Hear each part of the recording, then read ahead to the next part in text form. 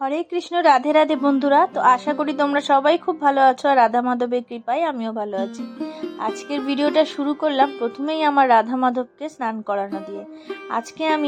আজকে তোমাদের কাছে যখন ভিডিওটা যাবে তার দুদিন আগের আর কি এই ভিডিওটা, যেদিনকে ছিল গুরু পূর্ণিমা।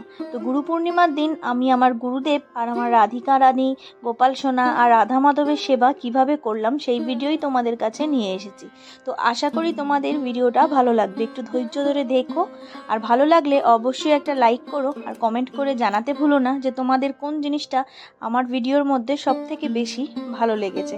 আর অবশ্যই জানাবে যে আমার রাধা মাধব আর গোপাল সোনা রাধিকা রানীর সাজগোজ তোমাদের কেমন লাগলো। আর যদি চ্যানেলটা ভালো লাগে তো সাবস্ক্রাইব করে বেল আইকনটা প্রেস করে দিও, দিয়ে আমার পাশে থেকো। আমি যে কোনো ভিডিও ছাড়া মাত্রই তোমাদের কাছে নোটিফিকেশন পৌঁছে যাবে আর তোমরা আমার ভিডিওটা ঝটপট দেখে ফেলবে। তো দেখো, তোমরা তো জানোই পূর্ণিমা, একাদশী, বিশেষ বিশেষ তিথিতে আমি পঞ্চামৃত স্নান করিয়ে থাকি আমার ভগবানদের। তো আমি রাধা মাধবকে ঠিক সেই মতনই আজকে পঞ্চামৃত স্নান করাচ্ছি। পঞ্চামৃত স্নান করিয়ে নেবার পর শুদ্ধ জল দিয়ে স্নান করিয়ে নিলাম। এইবার দেখো আমার রাধা মাধব আর গোবিন্দের সাজগোজটা। আজকে আমি আমার গোবিন্দকে পরিয়েছিলাম রাজস্থানী ধুতি। রাজস্থানী ধুতিটা একটু যদিও বড় হয়েছিল কিন্তু দেখতে খুব সুন্দর লাগছিল পরার পর। তো এবার নিয়ে চলে এসেছি আমার সব কচিকাচা বাচ্চাদের, যাদেরকে আজকে পঞ্চামৃত স্নান দেবো। তোমরা দেখতে থাকো।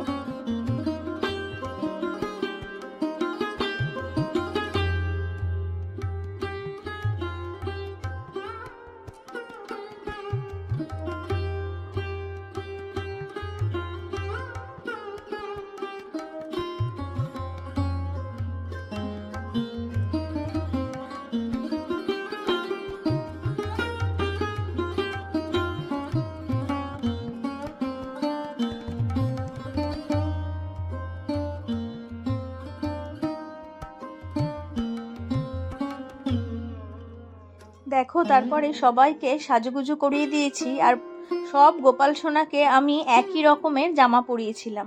আর কত মিষ্টি লাগছিল দেখো সব গোপাল সোনাদের। তোমরাও যদি কেউ এরকম ধরনের জামা নিতে চাও বা রাজস্থানী ধুতি নিতে চাও, ছোট বড় সব রকমেরই পেয়ে যাবে। আর দেখো কত সুন্দর লাগছিল। তো এইবার নিয়ে চলে এসেছি আমার রাইকে পঞ্চামৃত দিয়ে স্নান করাবো বলে। তার আগে একটু আদর করে নিলাম, নিয়ে এবার ওকেও স্নান করাবো।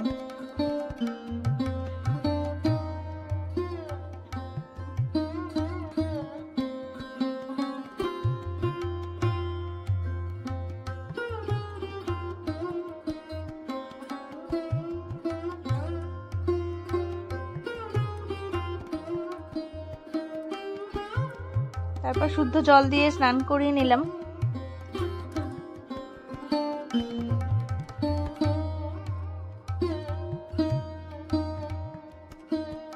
কত মিষ্টি লাগছিল, মুখটা এত মিষ্টি লাগছিল স্নান করাবার সময়।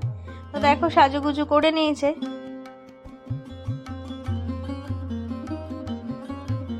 এইবার স্নান করাবো আমার গুবলু সোনাকে।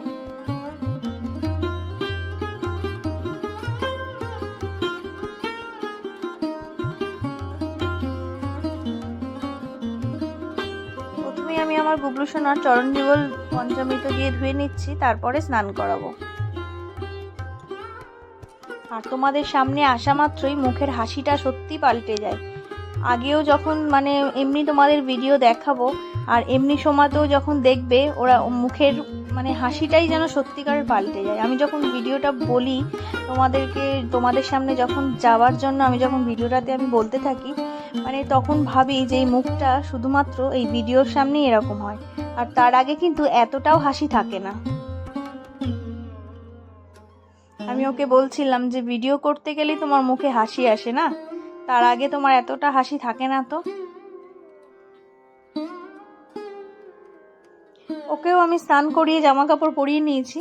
তো দেখো এবার আমি যেহেতু গুরু পূর্ণিমা, তো আমি আমার গুরুদেবকেও পঞ্চামৃত দিয়ে স্নান করাবো। তো তোমরা বলতেই পারো আমাকে যে দিদি তুমি তো কৃষ্ণ মন্ত্রে দীক্ষিত, তাহলে কেন এই ঠাকুরকে তুমি পঞ্চামৃত স্নান করাচ্ছ? হয়তো তোমরা জানবেই যে এটা অনুকূল ঠাকুর।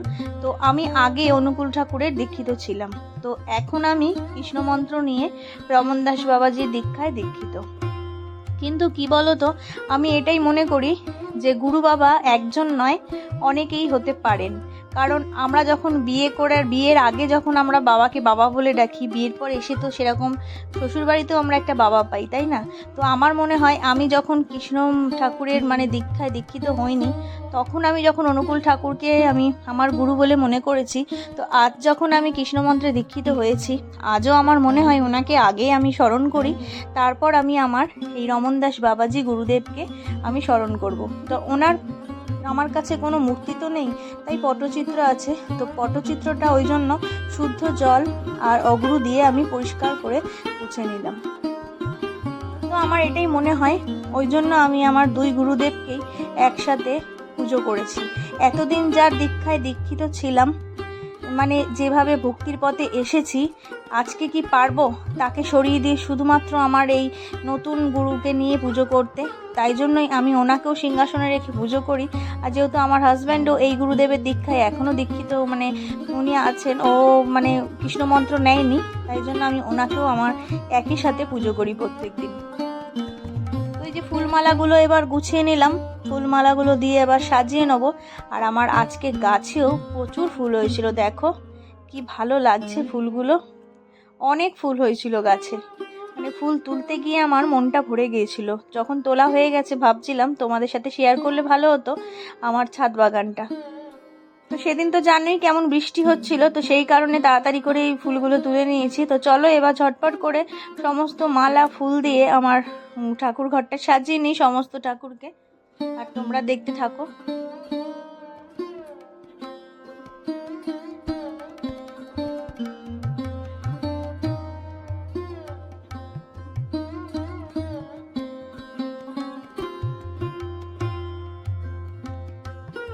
সাদা ফুলের সাজে আর সাদা লাল জামা পরে আমার গোপাল সোনাদের আজকে এত মিষ্টি লাগছে, মানে বলার মতো নয়। সামনে থেকে দেখলে যেন চোখ জুড়িয়ে যায়। তারপরে আমি চন্দনের ফোঁটা দিয়ে দিচ্ছিলাম আমার গুরুদেব গোপাল সোনাদেরকে।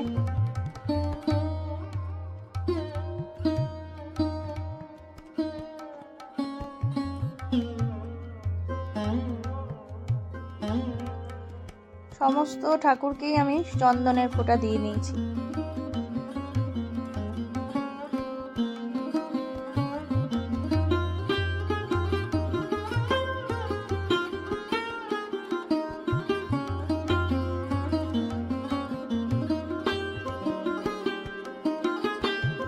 এইবার সাজুগুজুটা কেমন হয়েছে তার জন্য দর্পণ দর্শন করিয়ে দিলাম গোপাল সোনাকে। আর এই বড় আয়নাটা আমি নতুন কিনেছি, কারণ আমার যে ছোট আয়নাটা ছিল ওটা দিয়ে ঠিক গোপু সোনাদের মানে বড় গোপু সোনাদের মুখটা দেখা যেত না, ওই জন্য এই বড় আয়নাটা কিনেছি। এই দিয়েই আমি ওদের দেওয়ার থেকে দর্পণ দর্শন করাবো।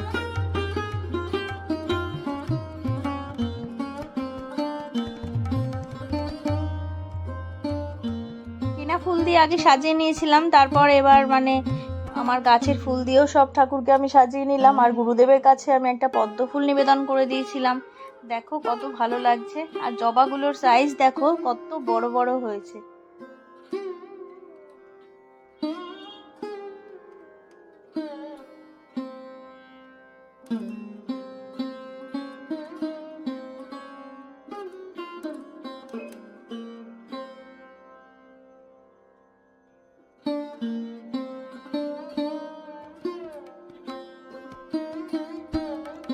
এবার তুলসী পাতা চন্দন সহযোগে চরণে নিবেদন করব, আর গুরুদেবের বুকে চন্দন সহযোগে তুলসী পাতা নিবেদন করব।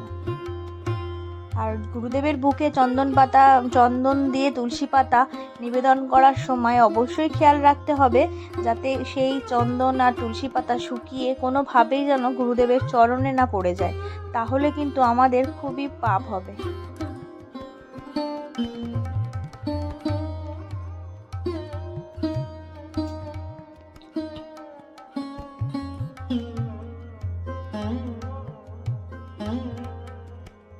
সমস্ত গোপুসোনাদের চরণে আমার গোবিন্দর চরণেও আমি তুলসী পাতা নিবেদন করে দিলাম, গোবলুকেও আমি তুলসী দল তুলসী পাতা সমস্ত নিবেদন করে দিলাম।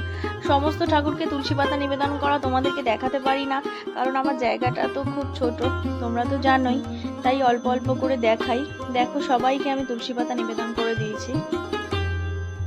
আর আমার গাছের ফুল দিয়ে সাজিয়ে কত সুন্দর লাগছে।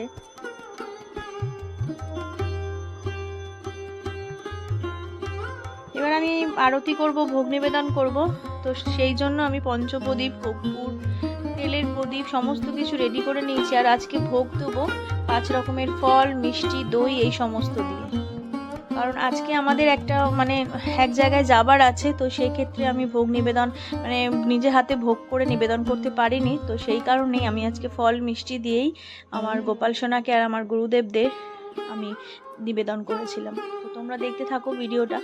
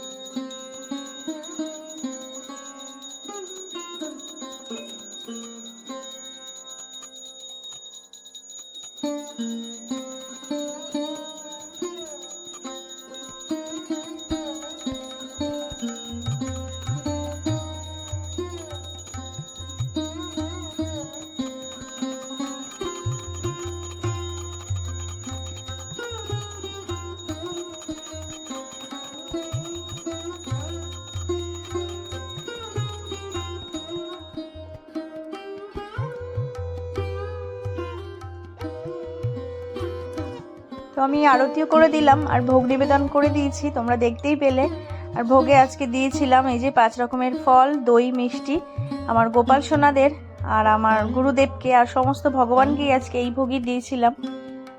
তো আমি আমার মনের মতন করে আজকে আমার গুরুদেবকে আমার গোপাল সোনা, রাধিকা রানী ও রাধা মাধবের সেবা দিয়েছি। একদম কোনো মন্ত্র নয়, নিজে যতটুকু মন চাইছে ঠিক ততটুকু ফুল দিয়ে সাজিয়েছি, তাদেরকে পুজো দিয়েছি। তো এই জন্যই ভগবানের কাছে হাত জোর করে এবার ক্ষমা প্রার্থনা করে নেব, যাতে যদি আমার কোনো ভুল ত্রুটি হয় আমার পুজোতে যেন ওনারা আমাকে ক্ষমা করে দেন। এই বলে আমার গুরুদেবের কাছেও আমি ক্ষমা চাইব আর আমার রাধা মাধব গোপাল সোনার কাছেও আমি ক্ষমা চাইব। তো আজকের মতন এইটুকুই, দেখা হবে আবার অন্য কোনো দিন অন্য কোনো ভিডিও নিয়ে। হরে কৃষ্ণ, রাধে রাধে।